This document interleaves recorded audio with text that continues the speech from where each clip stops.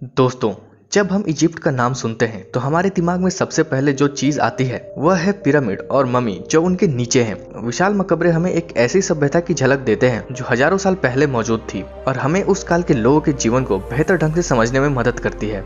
Mummy सबसे बेशकीमती और अत्यधिक मूल्यवान अवशेष एक ऐसी दुनिया के लिए एक खिड़की है जो हम में से बहुत से लोगों के लिए एक रहस्य बनी हुई है। उन्होंने कुछ असाधारण खोजों का मार्ग प्रशस्त किया है जो आज भी हमें आश्चर्यचकित करती है।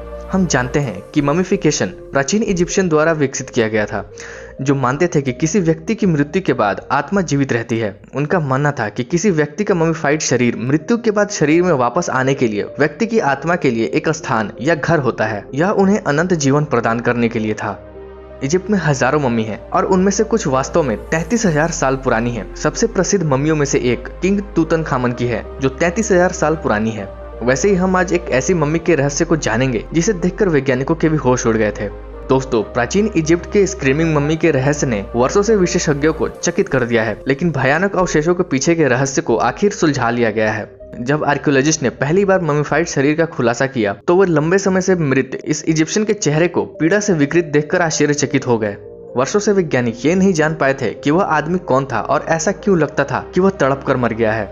एक पॉपुलर थ्योरी का कहना है कि वह फेरो रामसेस III के बेटे प्रिंस पेंटेवर और उनकी पत्नियों में से एक तियो थी। राजकुमार ने असफल रूप से अपने पिता को मारने और सिंहासन लेने की साजिश रची और प्राचीन अभिलेखों के अनुसार ये योजना अनसक्सेसफुल होने के बाद उसे मृत्युदंड दे दिया गया। लेकिन नई थियोरी इस एक्सप्लेनेशन पर डाउट करता है।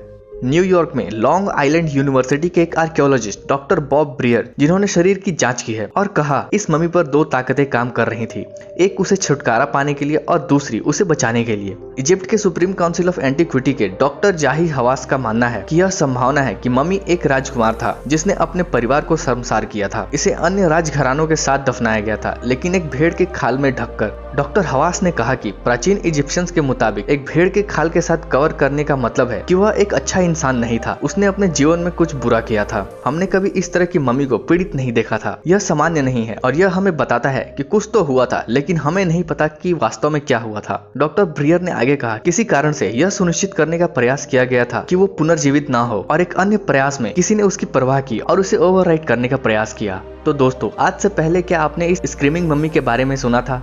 हमें कमेंट करके बताइए। तो यहीं पर हम अपनी वीडियो को फोल्ड करेंगे और अगर ये वीडियो आपको इन्फॉर्मेटिव लगी तो इसे लाइक कीजिए और अपने दोस्तों के साथ शेयर कीजिए और अगर आप इस चैनल पर नए हैं तो इसे सब्सक्राइब कीजिए।